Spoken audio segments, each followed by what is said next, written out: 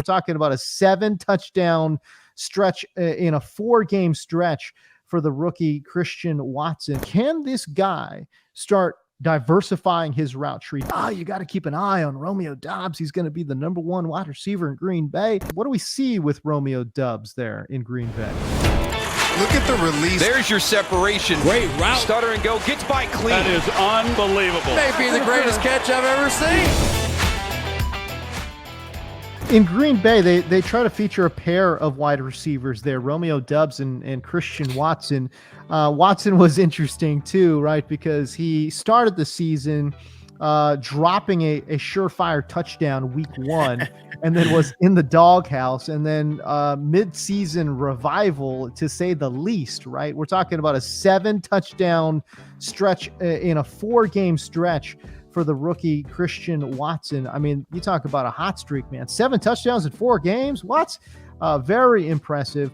But let's start with Watson there, okay, because he's the more high-profile guy. Certainly, higher drafted, obviously. 66 targets, 41 receptions, 611 yards, and again, 7 touchdowns, all of them coming in a 4-game stretch. 62% catch rate for Christian Watson.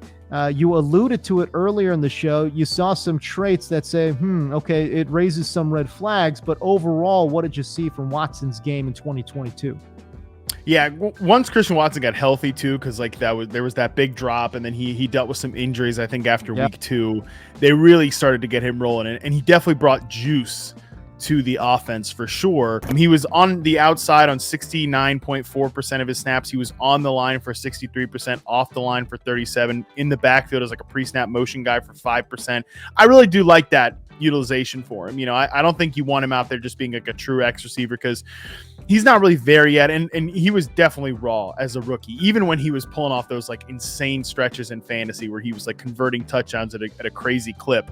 64% success rate versus man, 66.7% success rate versus press, 77% success rate versus zone. That's not the worst in the world. That's pretty good. It's not pretty good. It's fine. But you look at his route tree, and it's a lot of like what you'd expect. It's vertical routes, 9 routes, post routes, corner routes, out routes.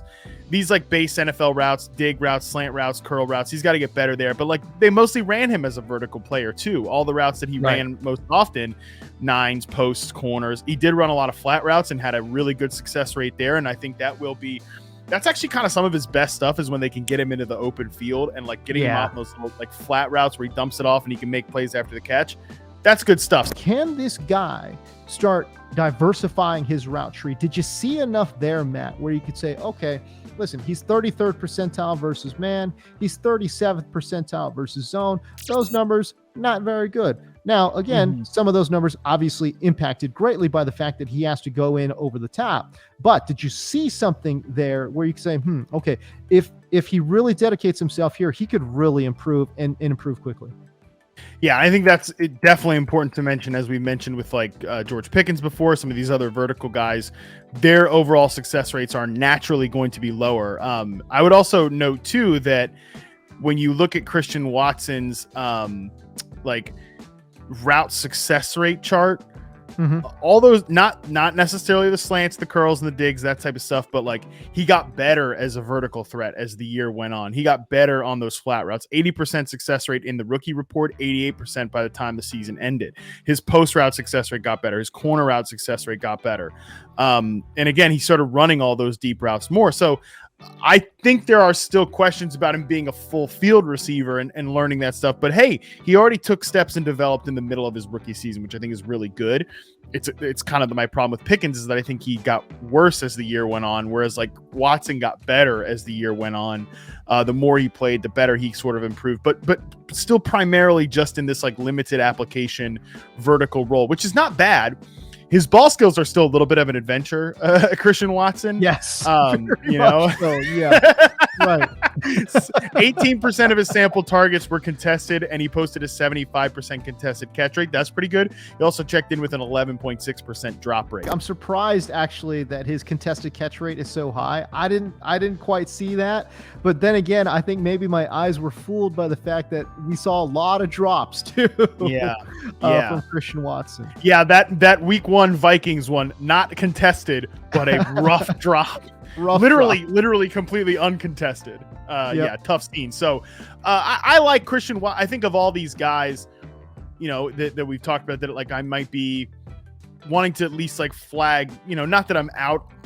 I'm some of the Traylon Burks is tough, but like these guys I'm not like out on, but like I just have a little concern with, like Burks and Pickens and Watson. I think Watson's the one I feel the best about of those three. His rookie counterpart though, Romeo Doubs, he made a lot of noise in the preseason. Everyone in the preseason was like, you got to keep an eye on Romeo Doubs. He's going to be the number one wide receiver in Green Bay.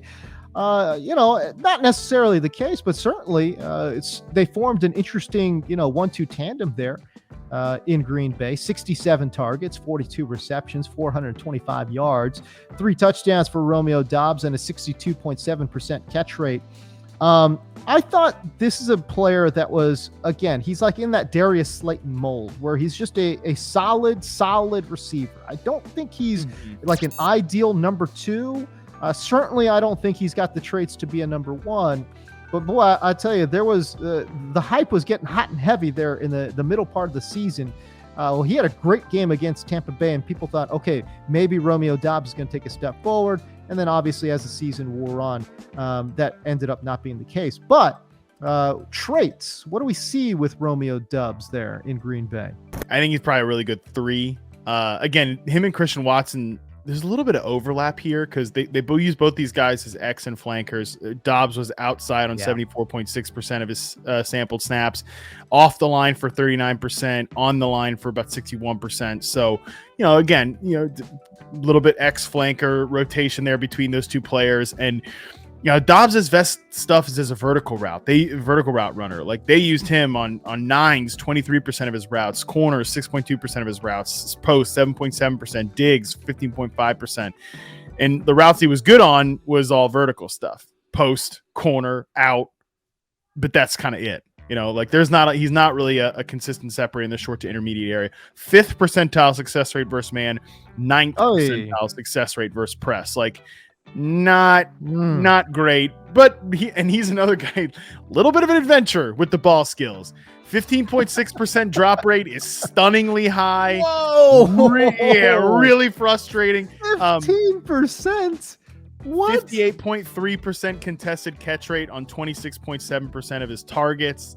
I mean, he shows the ability to track the ball well in tight coverage and make some really good plays, but then it's like, he's going to let that one slip every now and again. We know I'm high on Jaden Reed. I think Jaden Reed will be better than Romeo Doubs, like right away. Probably will be the 2 receiver set player. And yeah, I think Jaden Reed's just like, I'm going to bet on the separator here when we're looking at these Packers receivers. And, maybe I've said, like, I think there's a chance he could be better, which people hate. It drives me nuts when people are like, make a real prediction. I say he could be. Like, tell me what you really think is going to happen. I think he could be better than Christian Watson. I think he could be. I don't think he will be. I think he could be. Like, if I thought he couldn't be, I would tell you that he can't be. Like, I think there are a lot of players who I'm like, they can't be better than the number 1 on their team. I think Jaden Reed could be better than number 1 on his team.